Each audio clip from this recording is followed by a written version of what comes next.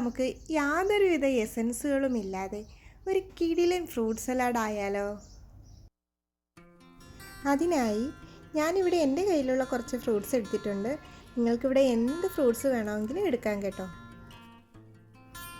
ആദ്യമേ തന്നെ നമുക്ക് നമ്മുടെ ഫ്രൂട്ട്സ് എല്ലാം ഒന്ന് ചെറുതായിട്ട് കട്ട് ചെയ്തെടുക്കണം. ഞാനിവിടെ എടുത്തിരിക്കുന്നത് പഴം, ആപ്പിൾ, മാമ്പഴം, പെയർ, പിന്നെ കിവി കൂടെ എടുത്തിട്ടുണ്ട് കേട്ടോ. ഇതിൻ്റെ കൂട്ടത്തിൽ നല്ല മധുരമുള്ള പൈനാപ്പിളോ പപ്പായയോ ഒക്കെ കിട്ടുവാണെങ്കിൽ നല്ല ടേസ്റ്റ് ആയിരിക്കും കേട്ടോ. ഞാനിവിടെ എടുത്തിരിക്കുന്ന കിവിക്ക് അല്പം പുളിപ്പുള്ളത് കൊണ്ട് ഞാൻ കുറച്ച് മാത്രമേ ചേർക്കുന്നുള്ളൂ.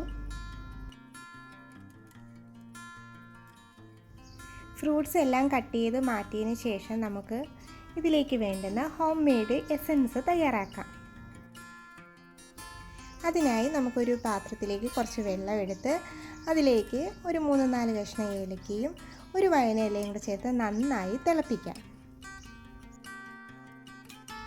കുറച്ച് നേരം കിടന്ന് ഇങ്ങനെ ഒന്ന് തിളച്ചെങ്കിൽ മാത്രമേ ഇതിൻ്റെ എല്ലാ എസൻസും അതിനകത്തോട്ടൊന്ന് ഇറങ്ങി വരുള്ളൂ.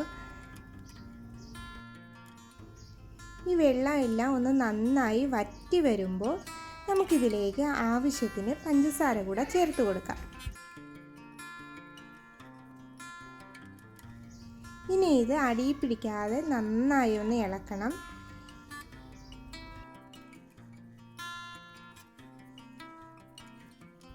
ഇനി നമുക്ക് തീ ഓഫ് ചെയ്യാം.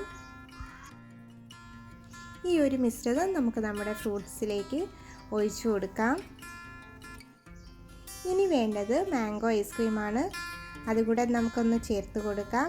കുറച്ച് നേരം കഴിയുമ്പോൾ ഇതൊന്ന് മെൽറ്റായി ഇതിലേക്ക് നമുക്ക് യോജിപ്പിച്ച് ചേർക്കാം. ഞാനിതൊന്ന് മിക്സ് ചെയ്ത് എടുത്തിട്ടുണ്ട്. നമുക്കിത് ഇങ്ങനെ തന്നെ കഴിക്കാം, നല്ല ടേസ്റ്റാണ്. വേണമെങ്കിൽ വേറെ ഏതെങ്കിലും ഒരു ഫ്ലേവർ കൂടെ ആഡ് ചെയ്ത് കൊടുക്കാം. ഞാനിവിടെ സ്ട്രോബെറി ഐസ്ക്രീം കൂടെ എടുത്തിട്ടുണ്ട്. അതും കൂടെ ചേർക്കുമ്പോൾ കളറൊക്കെ ഒന്ന് മാറി നല്ല സെറ്റായി കിട്ടും. നല്ല കിടിലൻ ടേസ്റ്റാണ് കേട്ടോ. എല്ലാവരും ഒന്ന് ട്രൈ ചെയ്ത് നോക്കണം. ഈ അവധിക്കാലത്ത് നമ്മുടെ കുഞ്ഞുങ്ങളുടെ മനസ്സ് നിറയിക്കാൻ ഇങ്ങനെയുള്ള ഐറ്റംസ് അല്ലാതെ വേറെ എന്താ ഉള്ളത്? ഐസ്ക്രീമും ഫ്രൂട്ട്സും, പിന്നെ എന്താ അവർക്ക് വേണ്ടതല്ലേ? അപ്പോൾ മറ്റൊരു വീഡിയോയുമായി വീണ്ടും കാണാം. Thank you.